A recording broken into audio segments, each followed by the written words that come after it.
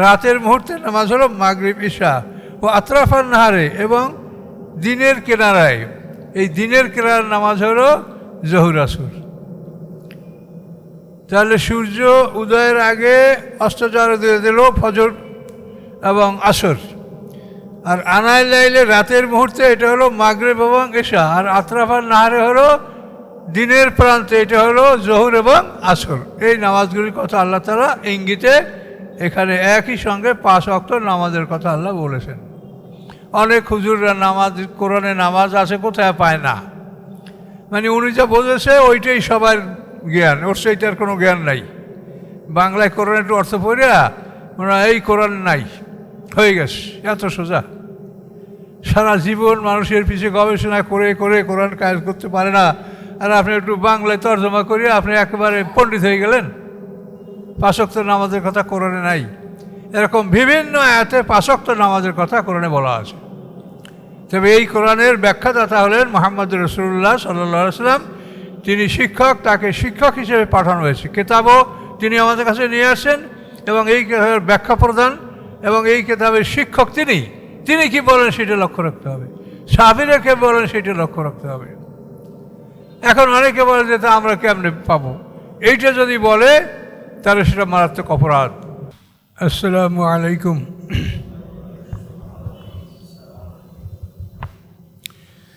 সম্মানিত মুসলিম ইকরাম, আমরা সূরা তাহার শেষ প্রান্তে চলে আসছি। 129 নম্বর আয়াত থেকে এখন আমরা আলোচনা শুরু করব ইনশাআল্লাহ। আউযু বিল্লাহি মিনাশ শাইতানির রাজিম। বিসমিল্লাহির রহমানির রহিম। ওয়ালাউলা কালিমাতুন সাবাকাত মির রাব্বিকা লাকানা লিজামা ওয়া আজালুম মুসাম্মা। আল্লাহ বলেন, যদি না থাকতো আপনার রবের বাণী যা পূর্বে তিনি ঘোষণা করেছেন, ও আজালুম মুসাম্মা, এবং নির্ধারিত একটা সময়। দুইটা জিনিস, একটা হলো রবের বাণী আর একটা হলো নির্ধারিত সময়। আল্লাহ বলেন এই দুইটা জিনিস যদি না থাকতো তাহলে লাকানা লেজামা, তাহলে তাদেরকে শাস্তি দেওয়া ছিল অনিবার্য। কবিতার মতো এটা ভাঙতে হবে, তাহলে কথাটা মিলবে না।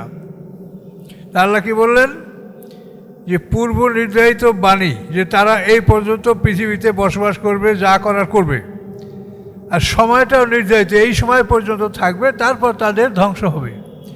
এই দুইটা জিনিস, একটা হলো আল্লাহর বাণী আর একটা হলো নির্ধারিত সময়।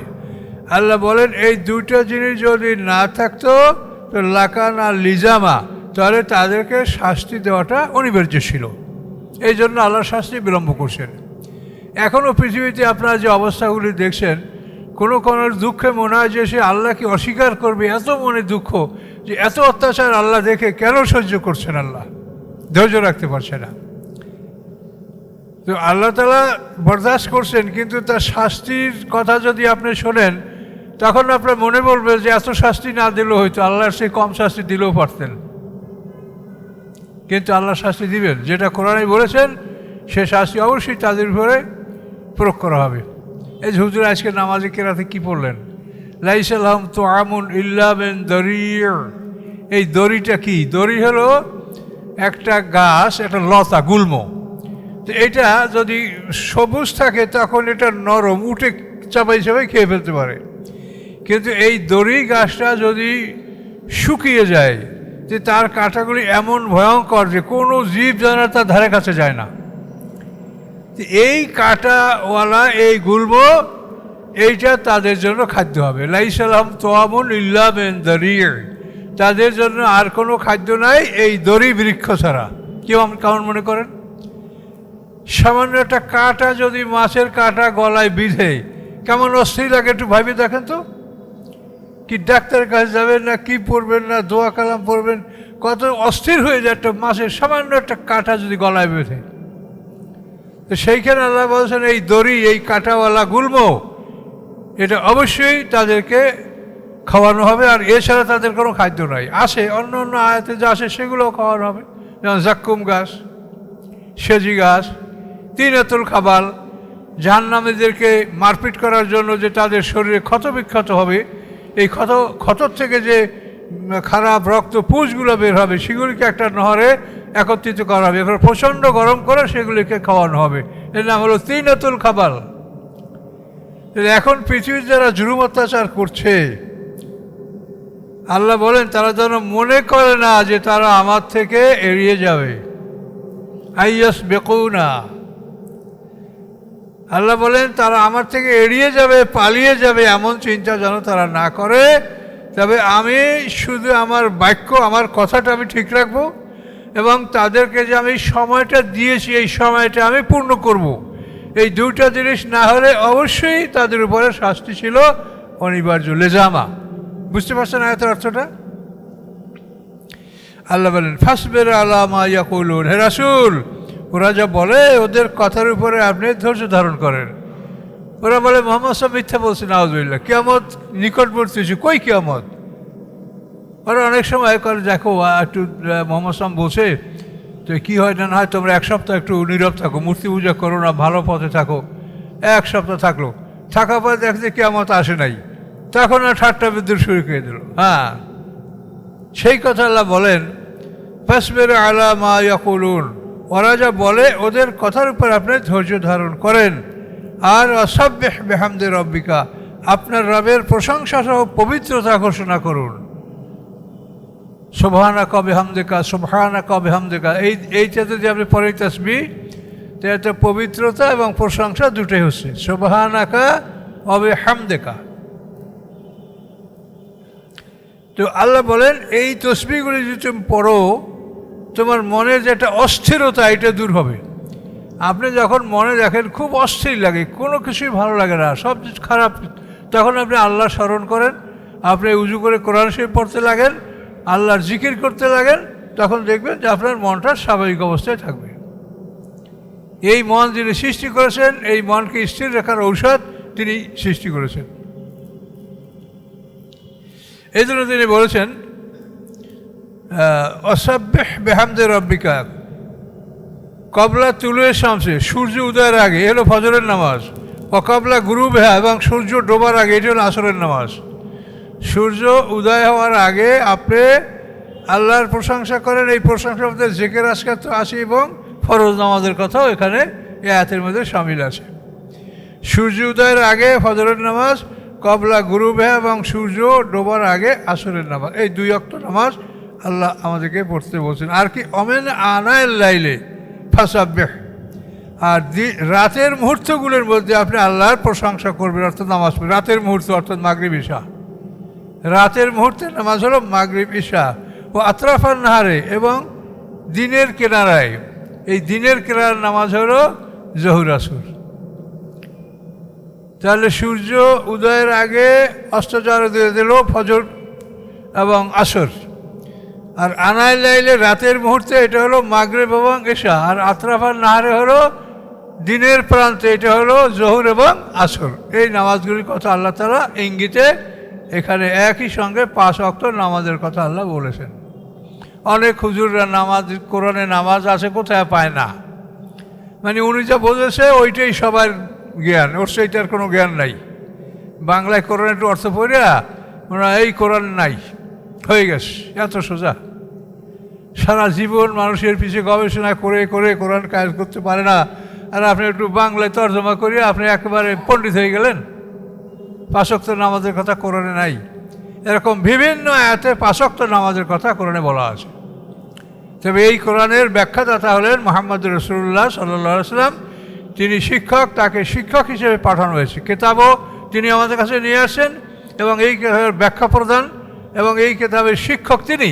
তিনি কি বলেন সেটা লক্ষ্য রাখতে হবে, সাহাবীরা কে বলেন সেটা লক্ষ্য রাখতে হবে। এখন অনেকে বলে যে তা আমরা কেমনে পাবো, এইটা যদি বলে তাহলে সেটা মারাত্মক অপরাধ। তার কারণ আল্লাহ তাআলা নবী রাসূলদের জীবনী সংরক্ষণ করার প্রতিশ্রুতি কোরআনে দিয়েছেন। ও তারাকনা আলাইহি ফিল আখিরিন, আল্লাহ বলেন আমি পরবর্তীদের মধ্যে তার সুনাম সুখ্যাতি সমুন্নত রেখেছি। আল্লাহ যদি এই কথা বলেন তারপরও আপনি মনে করেন যে রাসূলের জীবনী একজনে ভুল লিখছে, তাহলে আপনি যা বলছেন তাই করেন। কাউকে হেদায়েত করিয়া জান্নাতে নিয়ে যাওয়ার দায়িত্ব তো আমাদের না, আমাদের দায়িত্ব হলো কোরআনে কি আছে এটা বলার। আল্লাহ বললেন ওয়া তারাকনা আলাইহি ফিল আখিরিন, যে আমি তার সুনাম সুখ্যাতি পরবর্তীদের মধ্যে আমি বহাল রেখেছি। আবার নবীরও আল্লাহর কাছে দোয়া করেছেন যে ওয়াজআলনি লিসানা সিদকিন ফিল আখিরিন, হে আল্লাহ পরবর্তীদের মধ্যে আমার সত্য জিহ্বা মানে সত্য বিবরণ, আমার সত্য বিবরণ পরবর্তীদের মধ্যে আপনি বহাল রাখুন। কথা বলতে পারছেন তো? এই কথাগুলি সব কোরআনের কাজে আপনি রাসূলের জীবনী, তারপর অন্যান্য পয়গম্বরদের জীবনী, এতে কোনোভাবে আপনি সন্দেহ পোষণ করতে পারেন না, যেহেতু এগুলি আল্লাহ সংরক্ষণ করার প্রতিশ্রুতি আল্লাহ দিয়েছেন কোরআনে, যে নবী রাসূলদের জীবনী সুরক্ষিত থাকবে, তাদের জীবনী সম্পর্কে কেউ আজে বাজে বলতে পারবে না। এই জন্য আল্লাহ রাসূলের আনুগত্য করার জন্য কোরআনে 40 বার আল্লাহ বলেছেন আতিউল্লাহ আতিউর রাসূলা, রাসূলের আনুগত্য করতে হবে। আল্লাহ বলেন আতরাফার নাহারে লাআল্লাকা তারদা, এই 5 ওয়াক্ত নামাজের কথা বললেন, তো আল্লাহ বললেন লাআল্লাকা তারদা, সম্ভবত আপনি এই বিষয়গুলি, এই আমলের উপরে আপনি সন্তুষ্ট থাকবেন, এটা করলে আপনি সন্তুষ্ট থাকবেন, আপনার মন শান্ত হবে। আর ওয়ালা তামুদ্দান্না আইনাইকা ইলা মাত্তানা বিআজওয়াজিম মিনহুম, আল্লাহ বলেন আপনার দুটো চক্ষু ওদিকে সম্প্রসারণ করবেন না যে আমি কাফেরদের বিভিন্ন শ্রেণীকে আমি দান করেছি, কাফেরদের বিভিন্ন শ্রেণীকে আমি দালান কোঠা অট্টালিকা ধন সম্পদ জমি জমা আমি যা দান করেছি এগুলির দিকে আপনি আপনার দৃষ্টি সম্প্রসারণ করবেন না, ওদিক তাকাবেন না। ওটার পরিবর্তে আপনাকে আমি একটা জিনিস দিয়েছি, সেটা হলো ওয়ালাকাদ আতাইনাকা সাবআম মিনাল মাসানি, আপনাকে আমি 60টা আয়াত দান করেছি, যেটা দুবার করে পড়তে হয়। মাসনা মানে 2, এটা অনেকেই তর্জমা লেখছেন বারবার পড়তে, বারবার না, মাসানি মানে দুবার করে। এই সূরা ফাতিহাটা আমরা দুবার করে পড়ি, প্রত্যেক নামাজে দুবার, কোনো কোনো নামাজে 4 রাকাত বিশিষ্ট আমরা 4 বারও করি, কিন্তু দুবার হলো একেবারে কম্পালসারি। এই জন্য আল্লাহ বলেন ওয়ালাকাদ আতাইনাকা সাবআম মিনাল মাসানি আল কোরআন আল আযীম, আপনাকে আমি 60টা আয়াত, ফাতিহা তো কোরআনের মধ্যে আসে, তারপরও পৃথকভাবে এটা বলার অর্থ হলো এটা অত্যন্ত গুরুত্বপূর্ণ সূরা ফাতিহা। তো এখানে আল্লাহ ওই কথা বলেন ওয়ালা তামুদ্দান্না আইনাইকা, আপনি সম্প্রসারণ করবেন না আপনার চক্ষু দুটি উহার প্রতি যে আমি কাফেরদের বিভিন্ন শ্রেণীকে আমি দান করেছি দুনিয়ার ফুল, জাহারাত আল হায়াতের দুনিয়া, এগুলো দুনিয়ার ফুল, অর্থাৎ ফুল যেরকম সকালবেলা মানুষকে আকৃষ্ট করে, খুব সুন্দর লাগে, মনোরম লাগে, কিন্তু বিকালে দেখা যায় সেই সূর্যটা, ফুলটা কি হয়ে গেছে, মুরঝে গেছে, শুকিয়ে গেছে, আর সে কাউকে আকর্ষিত করতে পারছে না। এই পৃথিবীটা একটা ফুলের মতো, আল্লাহ বলছেন একটা ফুলের স্থায়িত্ব যতটুকু এইটুকুতে মনে করো, কিন্তু চিরস্থায়ী শান্তি চিরস্থায়ী সৌন্দর্য এটা জান্নাতে। আল্লাহ বলেন এই পৃথিবীতে আমি তাদেরকে এই ধন সম্পদ দান করেছি কেন, লিনাফতিনাহুম ফিহ, যে আমি তাদেরকে এই সম্পদ দ্বারা আমি তাদেরকে পরীক্ষা করব, যে সম্পদে তারা শুকরিয়া আদায় করে না সম্পদ আটকিয়ে রাখে, না তারা সম্পদ সুদে লাগায়, না দান করে, কি করে, আমি এই সম্পদের মাধ্যমে তাদেরকে পরীক্ষা করব। ওয়া রিজকু রাব্বিকা খায়রুম ওয়া আবকা, আর আপনার রবের রেজেক উত্তম এবং চিরস্থায়ী। রবের রেজেক হলো আপনি যাকাত দেওয়ার পরে যা থাকবে এটা রবের রেজেক, দেনা পাওনা পরিশোধ করার পরে যেটা থাকবে এটা আপনার রবের রেজেক। কোনোভাবে অন্যায়ভাবে আপনি আয় করবেন না, আপনি ন্যায়সঙ্গতভাবে যেটা আয় করবেন এটা রবের রেজেক, এইটা রব যেটা যেভাবে বলছে সেইভাবে আপনি যেটা উপার্জন করবেন সেটা রবের রেজেক। তা আল্লাহ বলেন রিজকু রাব্বিকা খায়র, রব আপনাকে যে রেজেক বা জীবিকা যেভাবে দান করেছেন, যেভাবে আয় করতে বলেছেন, যেভাবে খেতে বলেছেন, এইটা উত্তম ও আবকা এবং চিরস্থায়ী। মানে এটা এভাবে আপনি আয় ব্যয় খাওয়া দাওয়া এখানেই শেষ না, এটার পরে আপনি হাসরের ময়দানও এর জন্য আপনি বিনিময় পাবেন। হালাল রিজিক, হালাল উপার্জন, আল্লাহ যেভাবে বলছেন সেইভাবে জীবনযাপন করলে এর ফলাফলটা আপনি আবকা, মানে পরকালেও আপনি অবশিষ্ট পাবেন। এটা আল্লাহ তাআলা তার রাসূলকে উপদেশ দিলেন।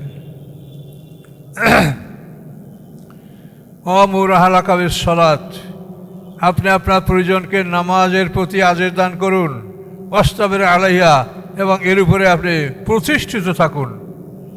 নামাজের আদেশ দেন এবং এর উপরে প্রতিষ্ঠিত থাকুন, মানে কি একবার বললেই আপনি বিরত হবেন না।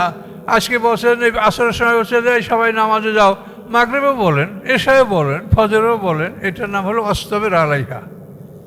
এরপরে আপনি অবিচল থাকেন, আপনি পরিবার পরিজনকে সবসময় নামাজের জন্য বলবেন, এই বাবারা নামাজ পড়ো, এই মা মেয়েরা নামাজ পড়ো, বিবি সাহেবরা নামাজ পড়ো। এটা আপনি খুব মানে সুন্দরভাবে বলবেন, কর্কশ ভাষায় না, এবং এমন ভাষায় না যেটা তারা বিরক্ত হয় বা রাগ করে না। আপনি সুন্দর ভাষায় তাদেরকে এটা বলবেন, নামাজের জন্য আদেশ করুন এবং এর উপরে আপনি অবিচল থাকুন। ওয়াসতাবির আলাইহা। তো এই রিজিকের বিষয়টা, এটা একটা ভারী জিনিস। এই পৃথিবীর ধন সম্পদের প্রতি আমরা এতই লোভী যে আজকে সারা পৃথিবীতে অভাব, অনটন এবং অনাহার, যে অশান্তি যেগুলি সৃষ্টি হচ্ছে, এটা হচ্ছে আমাদের লোভের কারণে, যে আমরা পৃথিবীর সব সম্পদ মানে জোগাতে চাই। তো এই জন্য সূরা তাকাসুরে বলেছে যে এই পৃথিবীর মানুষের মনটা এমন যে এই যে চক্ষু দুইটি আমাদের, এই চোখের এই যে একটা গর্ত, এই যে চোখের গর্ত দুইটি, এটি কবরের মাটিতে ভরবে। এর আগে চোখের গর্ত দুইটি সমগ্র পৃথিবীর সম্পদের মালিক হলেও এই চোখ দুইটা ভরবে না, মনে করে যে আরও লাগবে, এটা ভরে নাই। কথা বলছেন না? 100 গ্রাম মাটিতেই ভরবে, কিন্তু মানুষের চাহিদা এমন যে সারা পৃথিবী অর্জন করতে চাইলে তারপর আকাশ দখল করব। হ্যাঁ, চাঁদের মাটি কেনার জন্য আসে না লোক গায়ক পৃথিবীতে, দেখেন না? হ্যাঁ, যখন আধারে আসবে তখন দেখবে চাঁদ তো ভালো, ভাগ্যে হয়তো 1 ফোঁটা পানিও নাই। পৃথিবী দখল করার পরে এখন চাঁদ দখল করতে যাচ্ছে। এটা হলো মানুষের স্বভাব। এই জন্য আপনাদেরকে সতর্ক হতে হবে। আপনার যারা আপনজন আছে তাদেরকে আপনি বলবেন, বলাটা আপনার জন্য একটা দায়িত্ব। কে মানবে কে মানবে না এটা দেখার দায়িত্ব আপনার না, আপনার দায়িত্ব হলো সঠিকভাবে দাওয়াত পৌঁছে দেওয়া। এটা লক্ষ্য রাখবেন।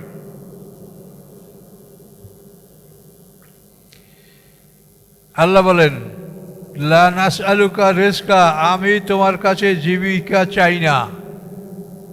আমি তোমার কাছে জীবিকা চাই না যে আমাকে তুমি কামাই করে দাও, আমাকে খাবার দাও, আমি চাই না। আমার এতিম মিসকিনের জন্য তোমাদের কাছে চাই না। ওই এতিম মিসকিনের একটা অংশ তোমাদের সম্পদের সাথে আমি দিয়ে রেখেছি, ওইটা তোমরা পৃথক করো। তোমাদের থেকে আমি চাই না, তোমাদের সাথে আমি ওদের সম্পদ মিলিয়ে দিয়েছি, সেটাকে তোমরা পৃথক করো জাকাতের মাধ্যমে। কথা বুঝতে পারছেন? কাজে আল্লাহ আমাদের কাছে চান না, তিনি যা বিধান রেখেছেন সেইটা আমাদেরকে পালন করতে বলেছেন। নাহনু নারযুকুকা, আল্লাহ বলেন আমি আল্লাহ তোমাদেরকে জীবিকা দান করি। ওয়াল আকিবাতুল তাকওয়া, এবং পরকাল তাকওয়ার বিনিময়। তাকওয়া যারা অবলম্বন করবে তারা পরকাল লাভ করবে। তাকওয়া শব্দ অর্থ ভয়, কর্তব্য পালন। মুত্তাকিন শব্দ অর্থ ডিউটিফুল। আপনি গোলাম, আপনার মালিক আছে, আপনি চাকরি করেন, যেমন আপনার বস আছে, তাকে আপনি ভয় করেন এবং চিন্তা করেন যে আমার চাকরি আমি ঠিকমতো করছি কিনা।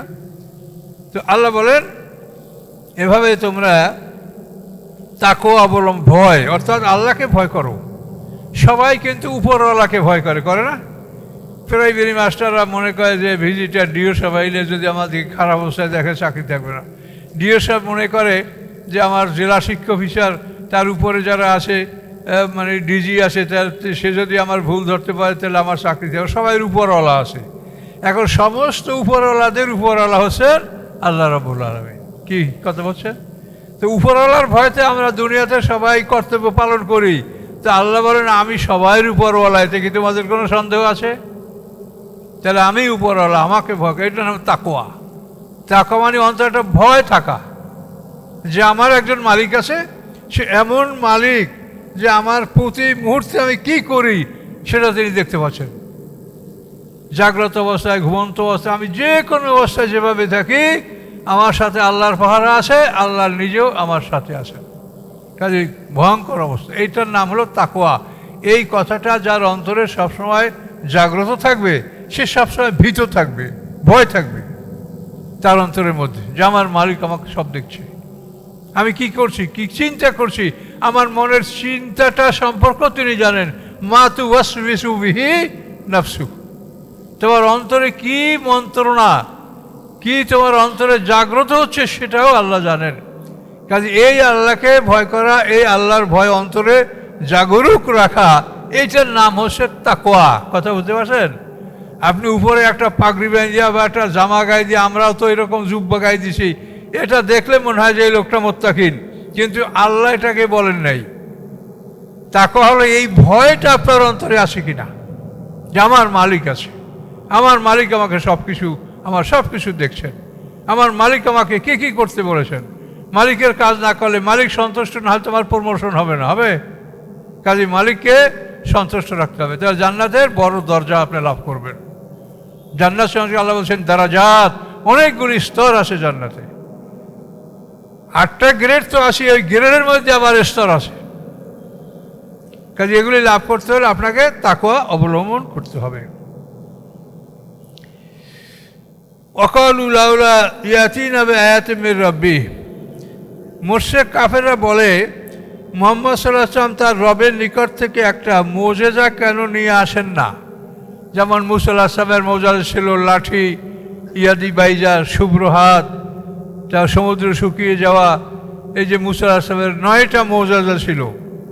ফারসালনা ইলাইহিমুত তুফানা ওয়াল জারাদা ওয়াল কুম্মালা ওয়াদ দাফাদি ওয়াদ দামা, এই সব যে মুজিজাগুলি মুসা আলাইহিস সালামের 5টা মুজিজার কথা একটা আয়াতই বলা আছে। এই জন্য ওরা বলে তিনি আমাদের কাছে তার রবের নিকট হতে একটা মুজিজা কেন নিয়ে আসেন না? এ কথা যখন তারা বলছে, তখন আল্লাহ তার জবাবে কি বলছেন? আওয়ালাম তাতিহিম বাইয়িনাতু মা ফি সুহুফিল উলা, তাদের কাছে কি এই স্পষ্ট প্রমাণ আসে নাই যেগুলি পূর্ববর্তী আসমানি কেতাবে আছে? পূর্ববর্তী আসমানি কেতাবে যা আছে সে খবরগুলি তাদের কাছে আসে নাই? মুসা আলাইহিস সালামকে আল্লাহ 9টা মুজিজা দিয়েছিলেন, ঈসা আলাইহিস সালামকে আল্লাহ তাআলা 5টা মুজিজা দিয়েছিলেন, এবং সে মৃত ব্যক্তিকে জীবিত করতে পারতেন। এত বড় কঠিন ক্ষমতা ঈসা আলাইহিস সালামকে দেওয়া হয়েছিল। জন্মান্ধ, কুষ্ঠরোগ, তিনি হাত বুলালে ভালো হয়ে যেত, এর সেই যে মুজিজা কী থাকতে পারে? এগুলি থাকার পরেও কি ঈসা আলাইহিস সালামকে তারা গ্রহণ করেছে? তিনি মৃত্যু থেকে পালাইয়ে বেড়াচ্ছিলেন, শেষ পর্যন্ত তাকে আল্লাহ তাআলা আসমানে তুলে নিয়েছে। তাহলে মুজিজায় কি হয় সেইটা আল্লাহ বলেন যে পূর্ববর্তী আসমানি কেতাবে কি আসে সেগুলি কি তারা জানে না? আল্লাহ বলেন ওয়ালাউ আন্না হালাকনাহুম বিআযাবিম মিন ক্বাবলি, মুহাম্মদ সাল্লাল্লাহু আলাইহি ওয়াসাল্লামকে প্রেরণ করার পরে আমি যদি কোনো শাস্তির মাধ্যমে তাদেরকে ধ্বংস করতাম, লাকালু, তাহলে তারা বলতো রব্বানা, হে আমাদের রব, লাউলা আরসালতা ইলাইনা রাসূলান, আমাদের কাছে একজন রাসূল পাঠালেন না কেন? এটা আল্লাহ বলছে যে মুহাম্মদ সাল্লাল্লাহু আলাইহি ওয়াসাল্লামকে তাদের মধ্যে পাঠানোর পূর্বে যদি কোনো শাস্তি দিয়ে আমি তাদেরকে ধ্বংস করতাম, তাহলে তারা বলতো হে আমাদের রব, মুহাম্মদ সাল্লাল্লাহু আলাইহি ওয়াসাল্লাম বা একজন রাসূল পাঠানোর পূর্বে আপনি আমাদেরকে আপনি আমাদের কেন ধ্বংস করলেন? একজন রসুল কেন পাঠালেন না? ফানাত্তাবে আয়াতিকা, আমরা আপনার আয়াতের অনুসরণ করতাম, মিন ক্বাবলি, এর পূর্বে, ধ্বংসের পূর্বে। আর নাজিল্লা নাকজা, যে আমরা অপমানিত হব, আমরা ধ্বংস হব, লজ্জিত হব, এটা হওয়ার আগে আপনি আমাদেরকে কেন একজন রাসূল পাঠালেন না? এভাবে তারা মক্কার কাফেররা বলতো। তাই আল্লাহ তাআলা বল যে তোমাদের যেন কোনো দাবি দেওয়া না থাকে, তোমরা যা চেয়েছো আমি তাই তোমাদেরকে দিয়েছি, কিন্তু তারপরও তোমরা রাসূলকে গ্রহণ করো নাই। কুল, হে রাসূল আপনি বলুন, কুল্লুম মুতারাব্বিসুন ফাতাব্বাসু, সকলে অপেক্ষমান, তোমরাও অপেক্ষা করো। আমরা সবাই অপেক্ষা করছি হাসরের ময়দানের বিচারের, এই বিচারের দিনে আমরা সঠিক বিচার পাবো। তো আল্লাহ বলছেন সবাই অপেক্ষমান, তোমরা অপেক্ষা করতে থাকো। ফাসাতা'লামুনা, অচিরেই তোমরা জানতে পারবে, মান আসহাবুস সিরাতিস সাবি ওয়া মান ইহতাদা, যে সরল পথের অধিকারী কারা এবং কে আছে হেদায়েতের উপরে প্রতিষ্ঠিত। ওরা বলে আমরা ভালো পথে আসি, হেদায়েতের উপরে আসি, মুসলমানরা বলে আমরা হেদায়েতের উপরে আসি। আল্লাহ বলেন যে অপেক্ষা করুন, এই সঠিক পথে কে আছে এটা অচিরেই তোমরা জানতে পারবে, এবং কে হেদায়েতের উপরে আছে, আল্লাহর দেখানো পথের উপরে আছে, এটা অচিরেই তোমরা জানতে পারবে। এই কথা বলে আল্লাহ এই সূরাটা এখানে সমাপ্ত করলেন। আমরা অচিরেই হাসরের ময়দানে এই সমস্ত ফয়সালাগুলি পারবো। একজনে বলে ওয়ার নামাজ হয় না, আর একজনে বলে ওয়ার নামাজ হয় না, এই নিয়ে তো আমরা আছি। আমি একটা কথা আপনাদেরকে মনে করাই দিচ্ছি, মনে রাখেন, এখন বাংলাদেশে প্রায় 18 লক্ষ ছেলেরা পরীক্ষা দিচ্ছে, তাই না, এসএসসি। এই 18 লক্ষ ছাত্র কি একটা স্কুলের ছাত্র? মনে করেন একটা যে অন্তত 20,000 স্কুলের ছাত্র। এই 20,000 স্কুলের ছাত্র একই প্রশ্নে পরীক্ষা দিচ্ছে না আলাদা কোনো প্রশ্নপত্র আছে? এই 20 লক্ষ ছেলেরা, 20,000 স্কুলের ছাত্ররা একই প্রশ্নপত্রে পরীক্ষা দিচ্ছে। আপনারা আমরা যে যে দলেই থাকি, আহলে হাদিস, হানাফি, মালিকি, তাবলিগ জামাত, পীরের মুরিদ, আহলে মারেফাত, আহলে হকিকত, চিশতিয়া, কাদরিয়া, মোজাদ্দাদিয়া, যাই থাকেন সবাইকে এক প্রশ্নে পরীক্ষা দিতে হবে। কি বলতে পারছেন? কি কোনো সন্দেহ আছে? একই প্রশ্নপত্রে সবাইকে পরীক্ষা দিতে হবে। সেই প্রশ্নপত্র কি পাইছেন আপনারা? কথা বলেন, পেয়েছেন? কি সেই প্রশ্নপত্র? আল কোরআন। কাজেই আপনি যেখান থেকে, যে স্কুল থেকে আসেন, আপনাকে এই কোরআনকেই মানতে হবে। কিন্তু আপনি তার না মেনে আপনি কি বলেন? আমি সহি, আমার দল সহি, আর অন্যরা মোটা ইসলামের মধ্যেই নাই। কিন্তু কে সহি সেটা তো আপনি জানেন না। আল্লাহ কোরআনে বলছেন ফারাব্বুকুম আ'লামু বিমান হাদা সাবিলা, যে তোমাদের রব জানেন যে কে সবচাইতে সঠিক পথে আছে। তা আমি যদি দাবি করি যে আমি জানি, আমি সঠিক পথে, তাহলে তো কোরআনের খেলাফ হয়ে গেল কথাটা। কাজে এই জন্য আপনি যেটা বুঝেছেন সেটা বলতে পারেন যে আমি এই পর্যন্ত বুঝেছি। যদি আপনি এর চেয়ে ভালো কিছু বোঝেন আপনি আমল করতে পারেন, বা আমাকে বলার থাকলে আমাকে বলতে পারেন। কিন্তু আমি এই পর্যন্ত বুঝেছি যে আপনিই সহি আর মানুষের নামাজ হয় না, এই ধরনের কথা বলা মানে আস্তে আপনি নিজেই বিপদগ্রস্ত। এটা বলবেন না কখনো। তো সূরাটা শেষ হলো, আমরা ইনশাল্লাহ এরপরে আম্বিয়া সূরা ইনশাল্লাহ আল্লাহ রহমান হইলে আমরা পরের সপ্তাহে এটা শুরু করবো। আস্তাগফিরুল্লাহ আল্লাযী লা ইলাহা ইল্লা হুয়াল হাইয়ুল কাইয়্যুম ওয়া আতুবু ইলাইহি লা হাওলা ওয়া লা কুওয়াতা ইল্লা বিল্লাহিল আলিয়্যিল আযীম।